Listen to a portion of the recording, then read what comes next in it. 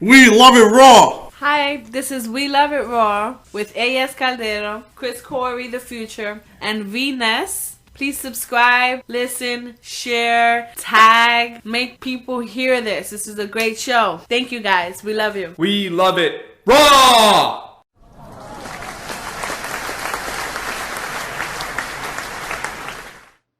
Last Saturday night, we hit a roadblock on our way to WrestleMania. And just like the name mentioned, it was everything that it meant to be. And with that, ladies and gentlemen, welcome to a very special edition of We Love It Raw. This is the Roadblock Review. And on today's special review, you're only going to hear 3 important matches that could have shaped WrestleMania to its core. I'm going to talk about the Divas Championship, Charlotte and Natalya, the tag team titles, the New Day and the League of Nations. I'm also going to talk about the WWE World title, Dean Ambrose and Triple H. So without further hesitation, ladies and gentlemen, let's get this show started with the Divas Championship. Charlotte, the current reigning defending Divas Champion. Natalya, a former Divas Champion and graduate of the Hart Family Dungeon. And these two have had a lot of encounters in the past, whether it be in NXT or in the WWE main roster, live shows, non-televised events, you name it, they two have been through it. And this match came to truth a few weeks ago when Natalya told Charlotte, that if you want to be a champion, don't hide behind your father, put that belt up, show me what you got, and if you win, God bless you, you're a great champion. But if you lose, it proves one thing, that you let your father's legacy get in your way. So Charlotte said, I've had it. You know what? You want to run your mouth? I'm going to shut it for you. I'm putting up my Divas Championship at Roadblock. And she did just that. So we have Natalya and Charlotte, and these two are great competitors, okay? In their own minds, they're great competitors, okay? And this match was really good, okay? There was a lot of times that Natalya was on the verge of rewriting one part of WrestleMania. She locked in a lot of submission moves, including the sharpshooter, 84, the Boston Crab, whatever you name it, she locked it in. She had Charlotte on the verge of tapping out. But thankfully, the guts and the wisdom of Charlotte found ways to break holds, reverse, and gain momentum in that match. And unfortunately, Charlotte won the match, and she continues to prove, that she is a genetically born athlete and a genetically born bred champion in WWE. And she did this basically without Ric Flair's help. Even though he was out there at ringside, she did this without his help. And, kudos to both divas, Natalya and Charlotte, on what was a great match. But if I had to say, Natalya should have had that match won. But Charlotte prevailed, setting up the stage for the triple threat match at WrestleMania for the Divas title, Charlotte, Becky, and Sasha. That is now cemented in stone. So with one part of WrestleMania cemented in stone, what's going to happen now with the other 2 championship matches? Is WrestleMania still on the verge of being rewritten? Let's find out. Tag team action now. The New Day, longest reigning WWE Tag Team Champions of this modern day WWE. Then you have the League of Nations, Sheamus, Alberto Del Rio, King Barrett, and Rusev. Now, 2 members of the League of Nations was not there, so it was an even 2-on-2 match. But you also had Xavier Woods, as the X Factor. So, while it was still a 2-on-2 match, it was the numbers game in favor of the New Day. But, here's where it got really good, okay? The League of Nations put up a tremendous fight, okay? They made a statement to the New Day that they're here, they're ready, and they want the WWE Tag Team Championships. And they did everything insurmountable to their level to make sure that they made that statement loud and clear. Even though the League of Nations came up short in their efforts to be WWE Tag Team Champions, I will tell you this. You will see the New Day lose those belts, unfortunately, to the League of Nations. And so with that now being said, okay, 2 parts now of WrestleMania are set. The Divas Triple Threat match and the WWE Tag Team Championship. Now speaking of that, I told you earlier that they fought the New Day. It was announced the next night on Monday Night Raw that they have a rematch with the League of Nations does New Day. So at WrestleMania now, you have the New Day putting up the tag team titles against the League of Nations. And I'll tell you right now, while it was the numbers game in favor of New Day at Roadblock Saturday, it will be advantage League of Nations, because they're going to have more members out there than the New Day is going to have out there. So the balancing scale is tilting in favor of the League of Nations. So now with 2 parts of WrestleMania set at Roadblock, what about the coup de grace, the main event, the main course meal, if you may say, of WrestleMania? Is that going to be changed? Are we going to have a totally different WrestleMania now? Let's find out. The WWE World title. Triple H, 14-time champion, took the belt from Roman Reigns at the Royal Rumble this past January. Dean Ambrose, one of the last 2 men to fight Triple H at the Royal Rumble for the WWE title. Before that, these 2 have had numerous encounters. It wasn't for a championship, but they've had numerous encounters. They've had a rivalry. And make no mistake about it, Triple H is a hell of a competitor. Okay? He's great. But at Roadblock Saturday, he got taken to school by Dean Ambrose. 95% of that match was controlled by Dean Ambrose. He made a statement. His statement was, I'll fight anybody, any weight class, for a belt. I'm here to stay, and I will be WWE Champion someday down the road. And he almost became WWE Champion Saturday night in Toronto. But that was marked with a little bit of controversy, if you want to call it that. Now, the controversy I'm about to talk to you about is this. After Dean Ambrose hit his move, Dean Ambrose made the cover on Triple H. Now, some may say it was great ring presence on the part of the King of Kings, and it was also just by luck that Dean Ambrose's foot was under the rope. Call it as you may seem, Dean Ambrose's foot was under the rope.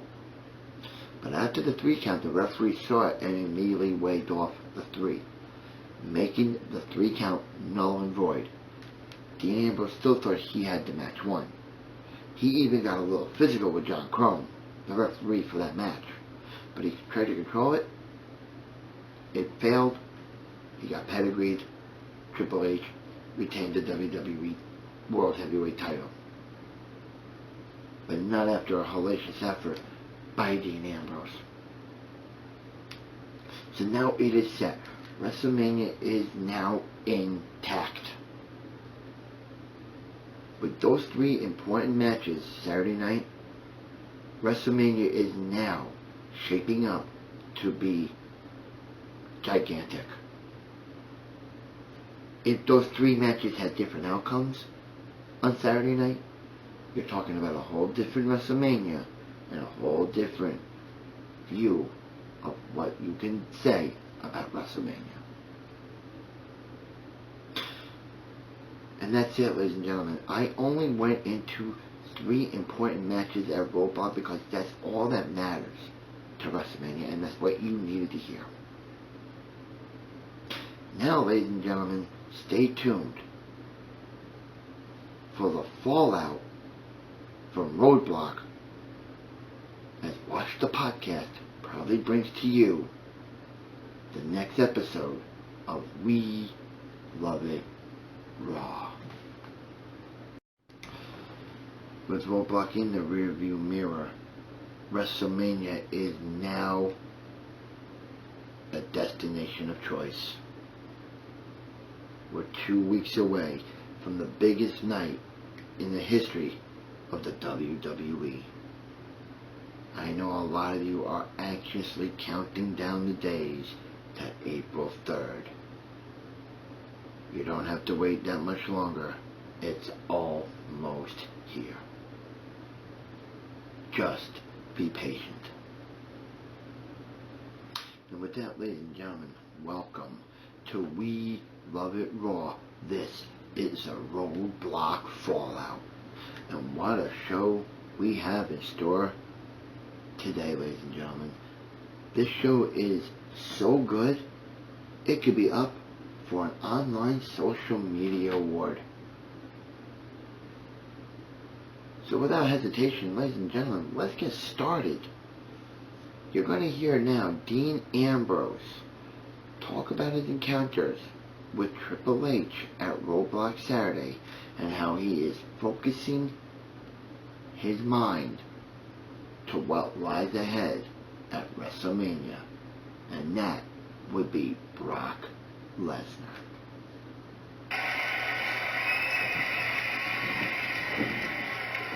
I'm not gonna lie, I want to be standing here tonight, the new WWE World Heavyweight Champion. But in life, sometimes you don't always get what you want. I was this close to beating Triple H, and my foot was this far underneath the bottom rope when I pinned him. I was this close to flipping WWE upside down, and tonight would have been the biggest celebration this side of Mardi Gras right here in Pittsburgh.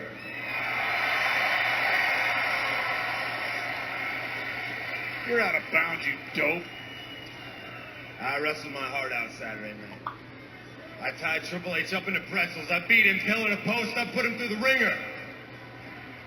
And in the end, I made a mistake, and I came up short, and that's okay. Because I live by my sword, and I die by my sword.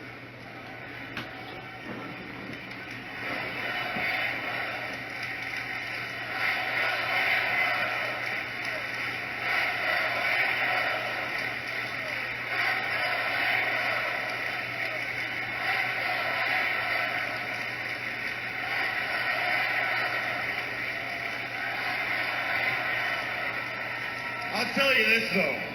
Ask Triple H how he's feeling today. Go ahead, ask him. Because it ain't going to be good.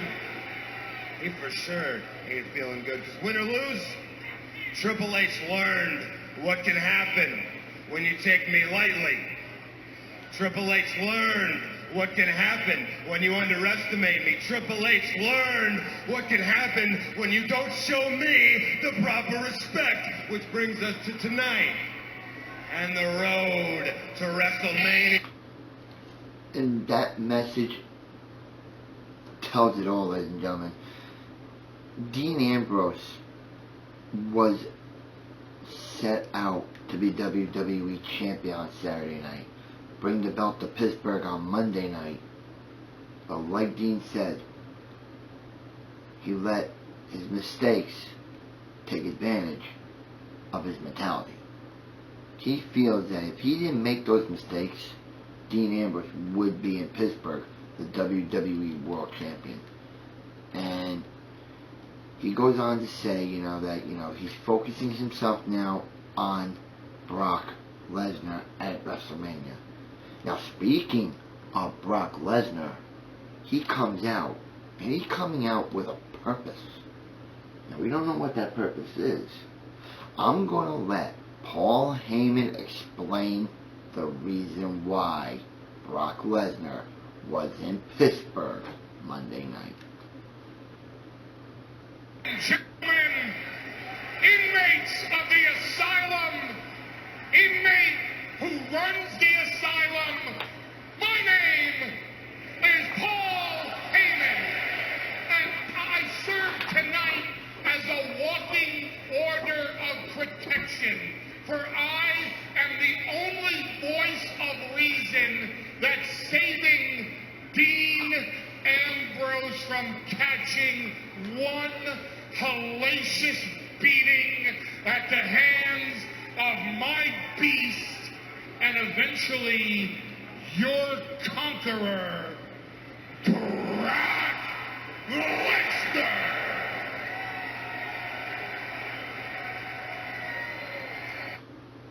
That's one reason why Brock Lesnar was in Pittsburgh, according to Paul Heyman. He wanted to give Dean Ambrose a hellacious and emphatic F5 and to make a statement heading into Dallas in just 2 weeks' time. Now, would that have been effective? Maybe. But you really don't want to, I would say, ignite the fire that's already been lit. And if you're in Dean Ambrose's case, you don't want to piss off Brock Lesnar. Because trust me, pissing off Brock Lesnar is like pissing off a family member at Thanksgiving dinner. But now we're going to go back to why Paul Heyman brought out Brock Lesnar Monday night on Raw.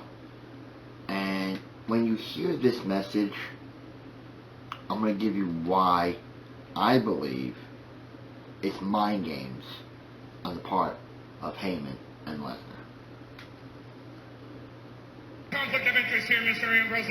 Though I would love to see Brock Lesnar get his hands on you this evening, you do understand that we have a mega event coming up. The sign is right over there above your head. It's called WrestleMania. And one of the prime wars for people to subscribe to the WWE Network to see WrestleMania is the main event of that evening, because any fight that features Brock Lesnar is the main event of the evening. And the lure for that main event, Mr. Ambrose, is to see just how bad of an ass-kicking you are going to take at the hands of Brock Lesnar. So please, Mr. Ambrose, I implore you, sir, stop provoking Brock Lesnar, because if Brock Lesnar comes down to that ring, you will not make it to WrestleMania. And then there's no one left for Brock Lesnar to fight, because you are the only one crazy enough to step in the ring in a no-holds-barred street fight with Brock Lesnar. Now, upon hearing that message, you're thinking, this is great tactics. And it is. Okay? Heyman feels that WrestleMania is going to be the place and the time to unleash Lesnar on Ambrose. Now, Ambrose would go on to say, that he's chicken. He doesn't have it. His balls are up his throat. But wait just 1 minute. Does Dean Ambrose remember what happened a few weeks ago? When he provoked Brock Lesnar and got F5'd emphatically in the middle of that ring? So if you think about this, the messages you heard from Paul Heyman, he's warning Dean Ambrose, don't mess with us, don't provoke us, and you'll be fine heading into WrestleMania. Now, do you believe that's mind games or just great tactical strategy? opinion, it's great tactical strategy along with mind games.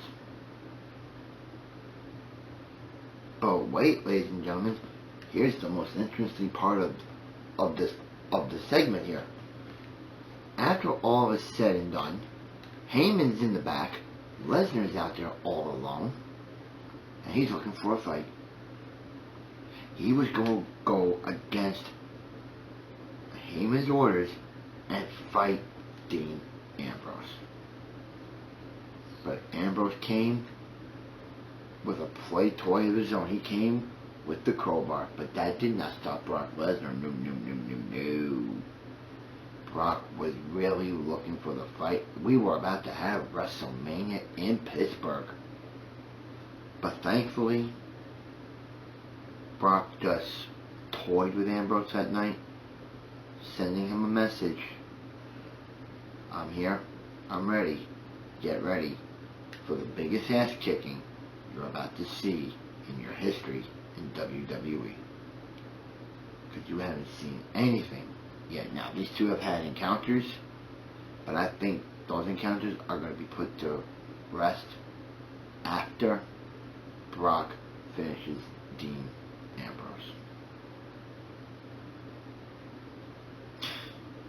So now, with that now being said, okay, what else are we going to have in store for Monday Night Raw?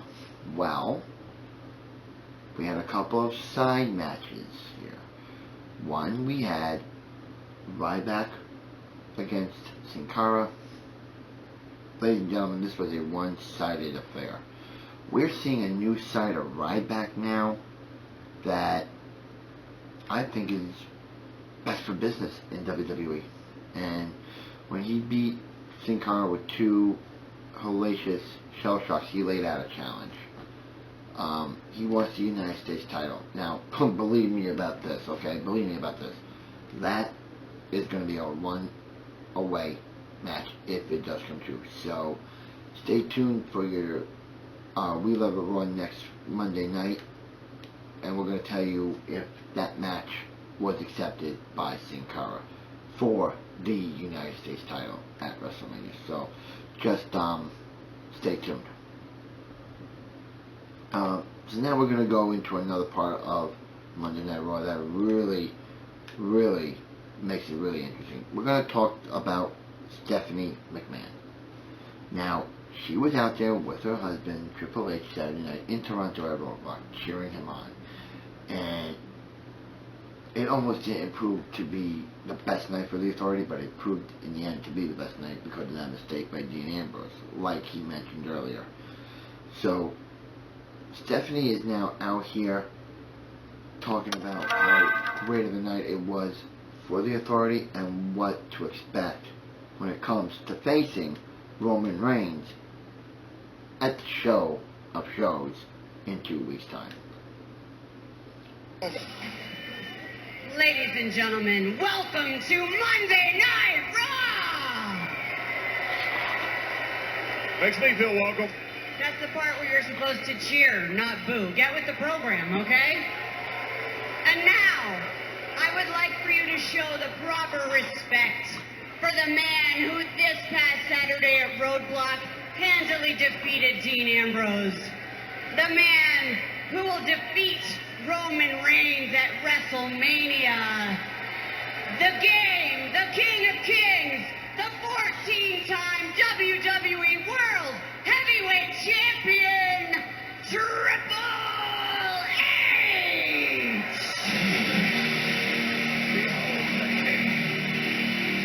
The King of Kings. That's right, ladies and gentlemen. Like Stephanie McMahon said, show the proper respect for this guy.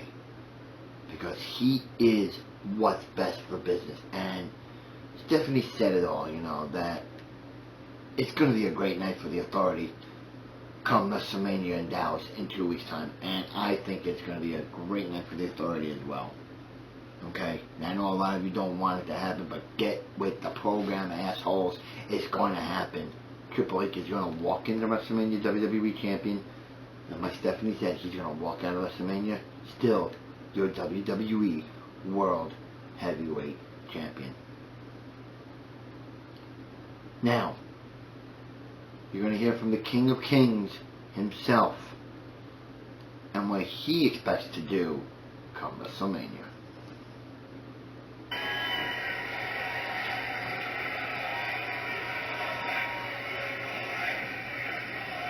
This past Saturday, live on the WWE Network, the whole world watched Roadblock with hope in their eyes, hope that Dean Ambrose was the one to stand up against authority, that Dean Ambrose was the one to stop the tyranny, that Dean Ambrose was the one that could become the WWE World Heavyweight Champion. I wasn't thinking that, Hunter. I wasn't. And then he failed.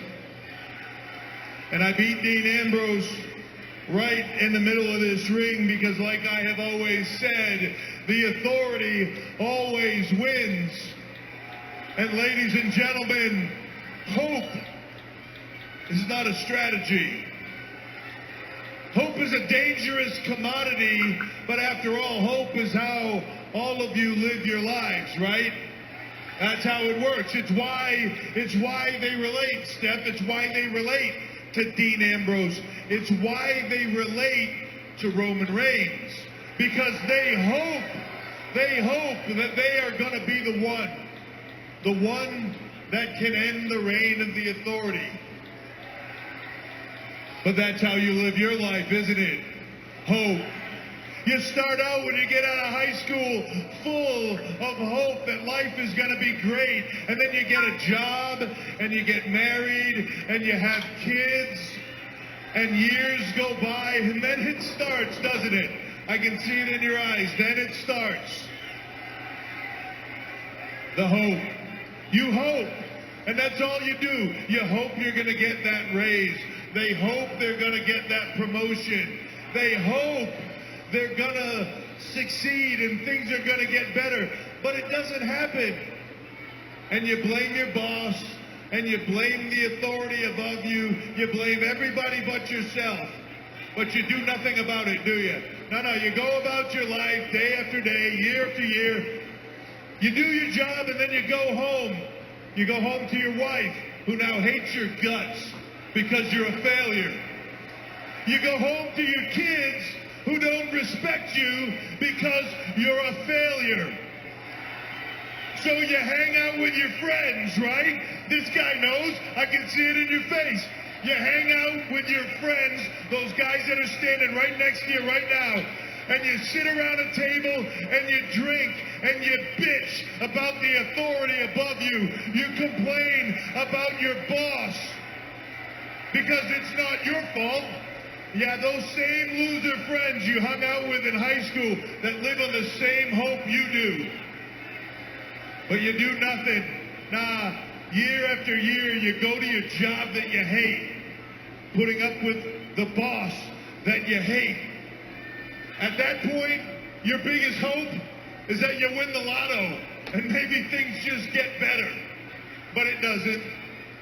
So year after years go by, and now 30 years in, maybe they give you a watch, maybe they give you a clock. Doesn't matter, but that part's over, so now you go home to your apartment because your wife left you and took the house. The kids don't come by so much anymore because you're still a loser.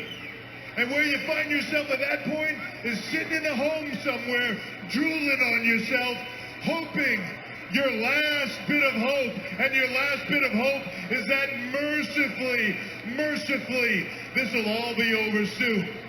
That is the way each and every one of you live your life, and tell me it isn't true.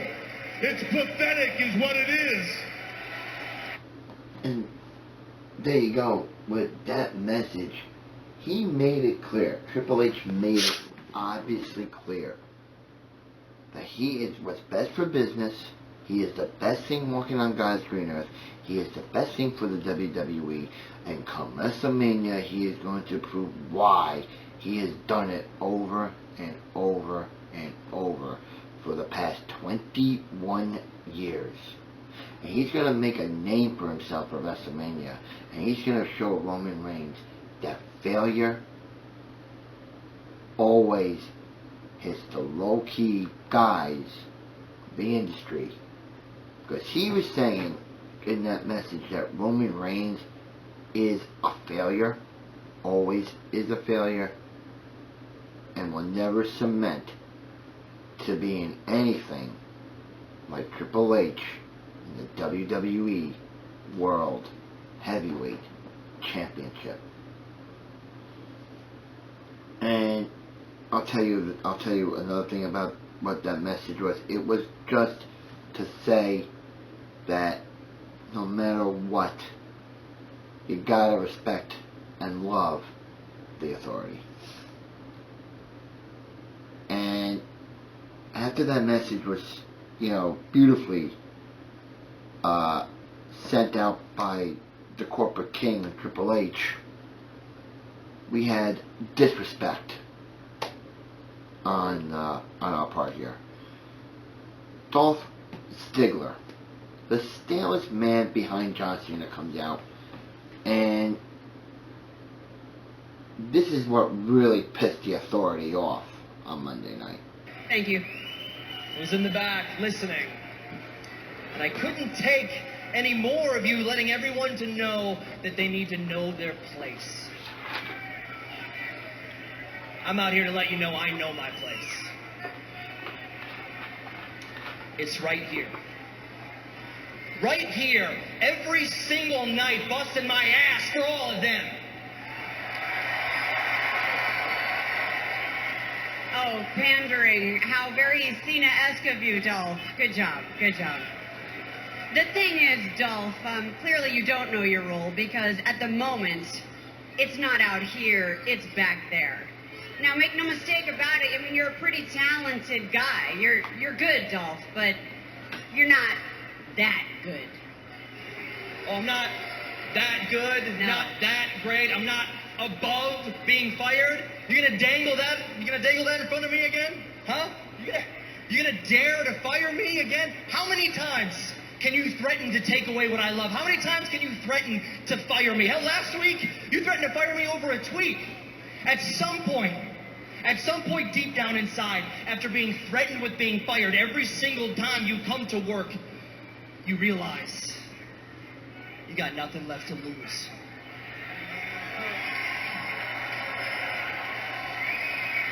And I know my place is here. I am never, ever gonna quit coming here to work every single day. I will not quit, no matter what you do and what you say. I will not quit. Really? Okay, Dolph. Apparently you didn't hear what the Queen of the WWE had to say, and what your corporate king, your corporate champion had to say as well, okay? And you gotta respect your place in line. And Dolph Ziggler, okay, kept going on and on and on about how he loves coming to WWE, how he loves coming to work, and he wants to, just make it known that, he's the best there is, the best there was, and the best there ever will be. Sorry, Brett, but it's true. And he even went on it, and called Stephanie a tyrannical bitch. And that really, really set the bar high for Dolph Ziggler that night, because he thought he can do anything he wanted at any given time. So the Authority was nice enough to grant Dolph Ziggler a match. Now, the stipulation was this: if Dolph Ziggler would win that match, he would get to choose the match he wants to take in at WrestleMania. Now, it's any match but the WWE Championship match. Now, who would Dolph Ziggler or Stigler have to face? Well, it was Triple H. And that match, great match. Okay, again, Triple H got taken to school, unfortunately, but this time it was by a less than seasoned veteran, if I may say so. And, it proved that WWE and the Authority are what's best for business, and they like to overlook people. But you're overlooking Dolph Ziggler. Yeah, the guy is less than talented and all that, but like I always mentioned, Authority, it always wins. So, and after that match,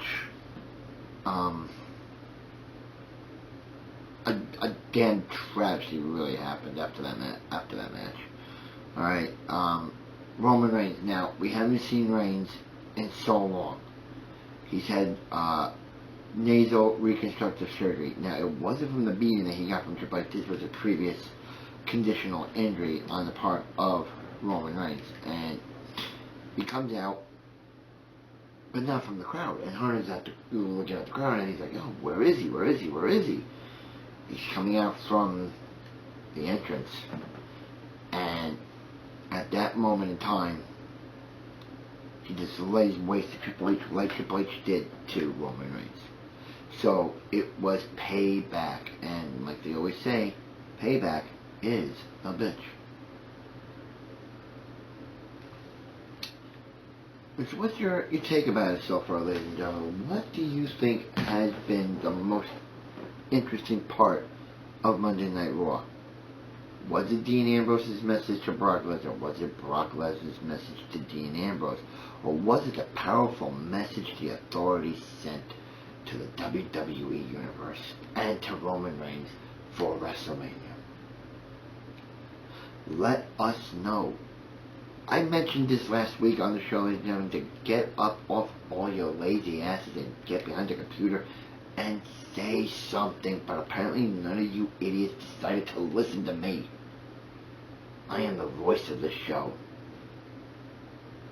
We want to hear what your opinions have to say, because we value your opinion. So please, wait a minute, not please, get up off your asses. Stop being lazy for once in your life. Get up, get behind your computer, iPhone, tablet, whatever, and comment on this show. We want to hear what all you ingrates, inmates, dumbasses, asswipes, bitches, whatever, we want to hear what you have to say. So do it, please. Not just for us, but for you. So we had a couple of other side matches. We had Sami Zayn against The Miz. Sami Zayn won, set his eyes on Kevin Owens. We had the Usos beating the Social Outcasts with the Dudley Boys there. So we have a match now at WrestleMania. I found out, Usos and the Dudleys. That's confirmed. Jericho's cutting a promo, calling out AJ Styles. AJ Styles comes out, hits him with a move, and Styles sends a message to Chris Jericho that he wants to fight him again, but this time on the grand stage of WrestleMania. So we're waiting to see if that match would actually happen. So with all those side quests now done, it's time now, like I said, on the Roadblock review for the main event, the Mardi Gras Coup de Gras main course meal, whatever you want to name it. It is now time to hear Vince McMahon give what he thinks and what will happen at WrestleMania, and what does Shane McMahon have to say to The Undertaker about their match at WrestleMania. I'm going to start you off with the man behind WWE. Ladies and gentlemen, get up, bow down, and show respect to the creator of World Wrestling Entertainment, Mr. Vincent Kennedy McMahon. McMahon walks down the ramp, gets in the ring, and proclaims there's a new era in WWE. He proclaims there are going to be even more exciting matches, more than ever. He also proclaims there's going to be an influx of new WWE superstars. He will also proclaim, no doubt, that there's going to be a new corporate initiative to take the WWE to a successful stratosphere.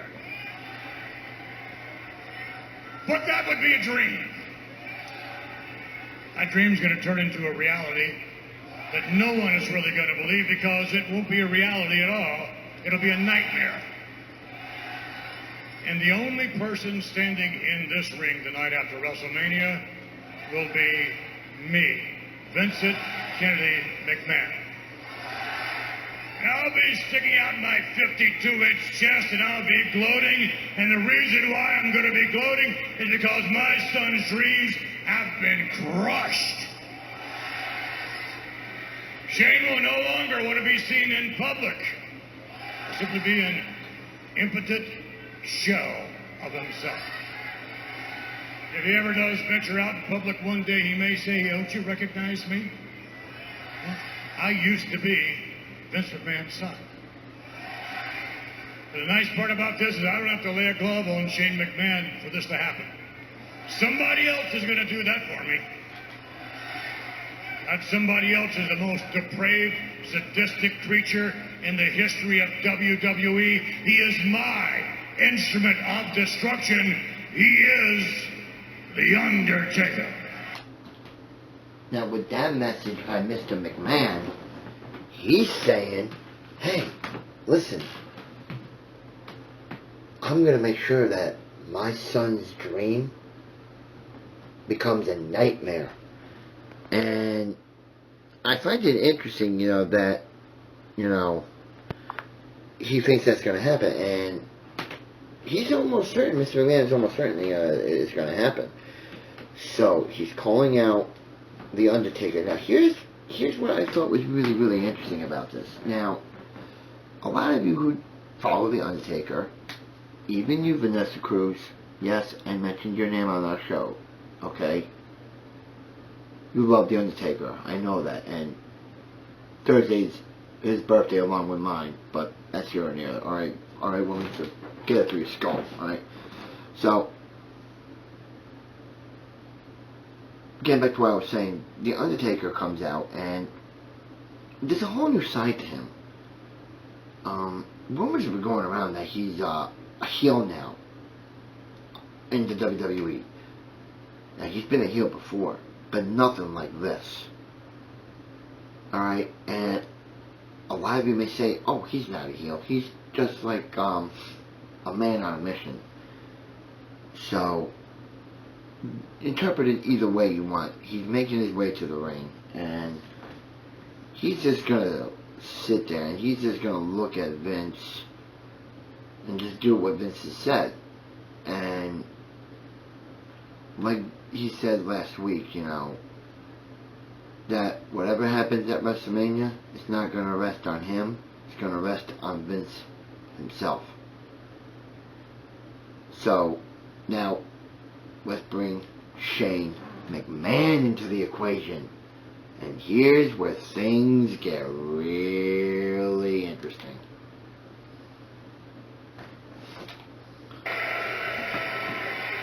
You keep throwing around that term, best for business. And once again, I'll continually say it. You are definitely what's not best for business anymore. But hold on, but given the devil his due, I find myself in the match of a lifetime at WrestleMania against The Undertaker. Now, I've been watching an immense amount of footage on you, and I've been trying to figure out how am I going to beat you, and I've got it figured out. I'm going to use my mind, because what's going to happen is you're going to go to hit me, and I'm going to miss. You're going to miss. I'm going to hit you. You are going to pick me up off the ground. I'm going to pick you up off the ground. I'm going to make you keep coming at me so that you have so much oxygen in your body that is burning so badly you will not be able to move. Secondly, I'm going to turn my body into a weapon, a 230-pound weapon, and you know what I can do. And I will stop at nothing, and I mean nothing, to defeat you. And lastly, I'm going to use my heart. Because as long as there is one single beat left in my heart, I'm fighting for my children. I'm fighting for all of their children. I'm fighting for the future and the legacy of the WWE. Fighting for the legacy of the WWE. Shane, you're letting your ego get the best of you. But then you're going to hear it from The Undertaker himself. Ain't gonna be enough.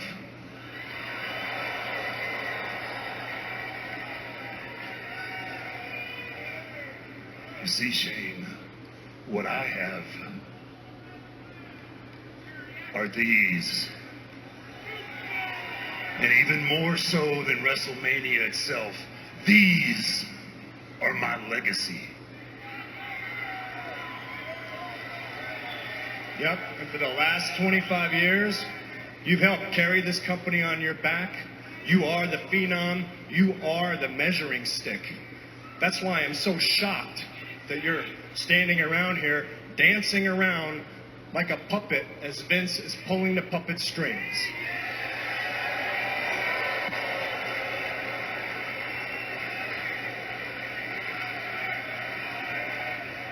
No one,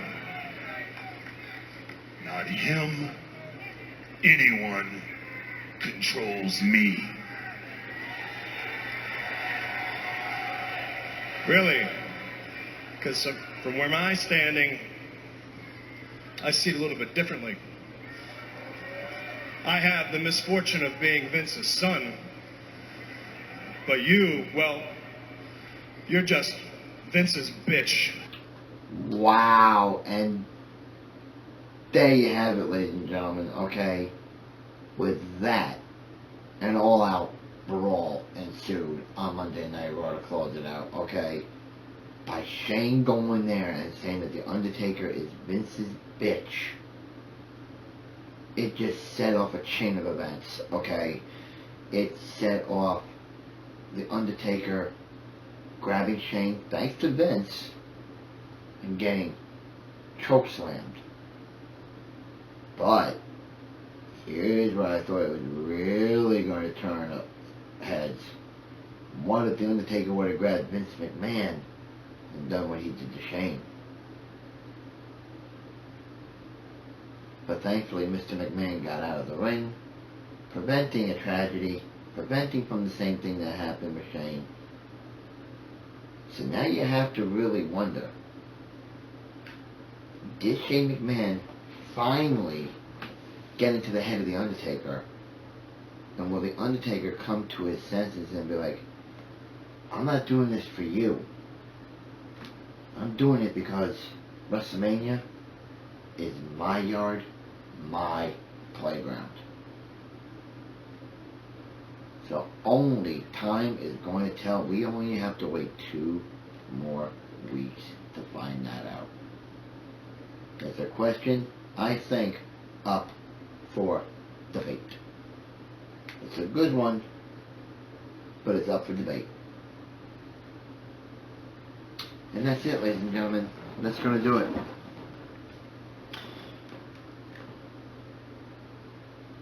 Let me just say one thing, okay? Alright. What you hear on this show really doesn't reflect on who I am. I may sound like a good guy, but deep down inside, I'm a real badass. And I gave you my all giving this damn show review tonight. But apparently none of you give a crap, because none of you commented last week on this show. And it's pissing me off. And it's pissing the producer of the show off. We want to hear your freaking voice, people. Okay? So get your asses up. Comment. What should we do better? What can we eliminate? What do you think is going to happen at WrestleMania? What do you think is going to happen on Raw Monday night? What do you think is going to happen between now and WrestleMania? Don't be lazy. Be smart. And comment on the show. Alright? That's what God invented computers. That's what God invented hands and keyboards as well. We can't know what you like without you opening your fucking mouth. Alright? And remember, the authority always wins. Like my partner Mark Williams always says, respect the authority, bow down to the authority, and the authority will do great things for you. And that's going to do it, ladies and gentlemen, boys and girls, idiots of all ages. It's been a pleasure, again, to do this show. And I look forward to doing another one next week, as we're going to be 1 week away from the biggest WrestleMania in the history of WWE. I am the boss.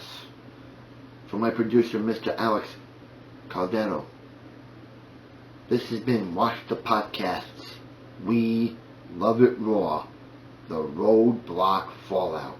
And we will see all you ingrated idiots next week. For the second to last, we love it raw.